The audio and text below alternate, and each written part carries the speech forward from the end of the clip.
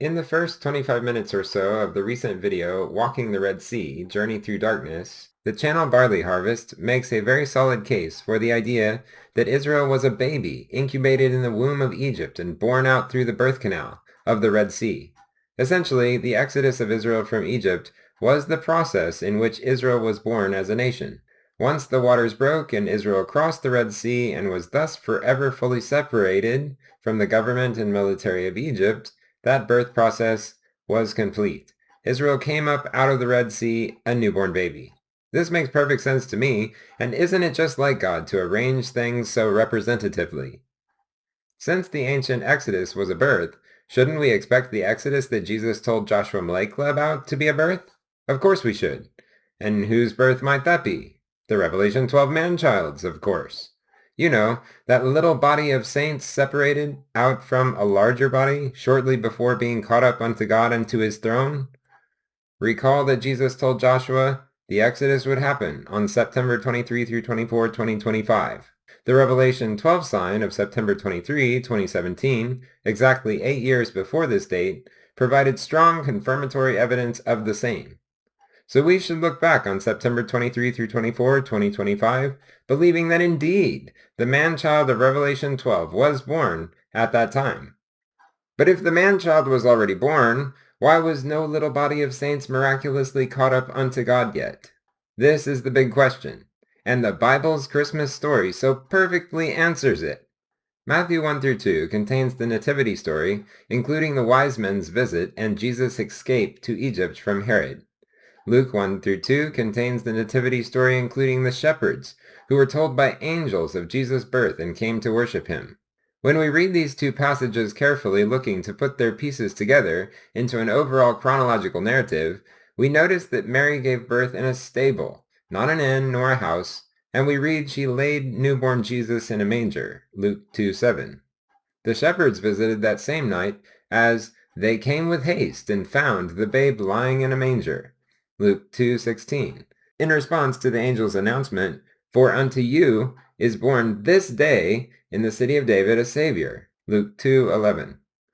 On the other hand, when the wise men arrived in Bethlehem to visit Jesus, the text says, "Lo, the star which they saw in the east went before them, till it came and stood over where the young child was.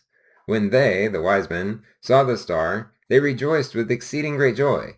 And when they were come into the house, they saw the young child with Mary his mother, and fell down and worshipped him.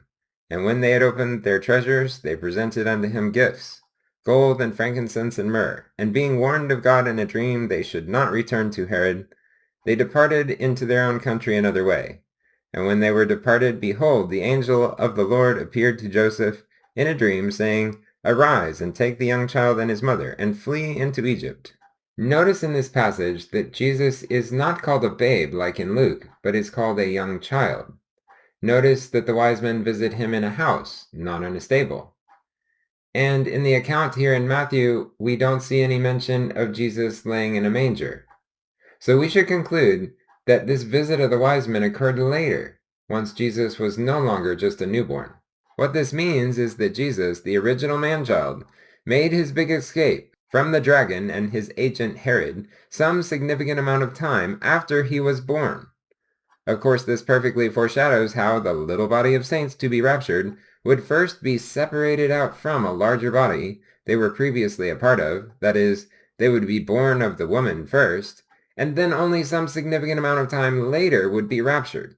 So I am fully convinced a very important spiritual separation began back on September 23 through 24, 2025. Those who would not only recognize and believe the Lord's voice, confirming that specific time to be the time he would come to take his church, those who would also faithfully maintain their faith in the same despite the day appearing to pass uneventfully, the little body of just such saints, the antitypical man-child, began to fully demonstrate a very special kind of separateness from the overall body of Christians, who either did not recognize the Lord's voice sounding forth to the whole Christian world to highlight September 23 through 24, 2025, or who gave up faith they once had in the message his voice really did proclaim. Notice what 2 Corinthians 6, 14 through 18 says. "Be ye not unequally yoked together with unbelievers. For what fellowship hath righteousness with unrighteousness? And what communion hath light with darkness? Wherefore come out from among them, and be ye separate, saith the Lord, and touch not the unclean thing, and I will receive you, and will be a father unto you. We always knew that the rapture is a great separation of the raptured from the rest. Yet now we see, in the Bible's Christmas story, that this separation, this birth, takes place some short time before the man-child's great escape. It is the Bible's Christmas story that decisively proves that the Exodus rapture is indeed a process, not a single event, just as I have been saying here since October 8th this year. And in my humble opinion, the Christmas story's special ability to verify this is yet another evidence we are escaping the planet in the very, very near future. Now, before I sign off, I want to make a very serious recommendation regarding further key information on this subject. Please go read the main study at the site bethlehemstar.com. Enjoy. If you go through the entire study, I think you will be amazed and so encouraged by what you learn about what time of year it was when the wise men visited Jesus and he made his escape to Egypt. It was the time of year we would call late December.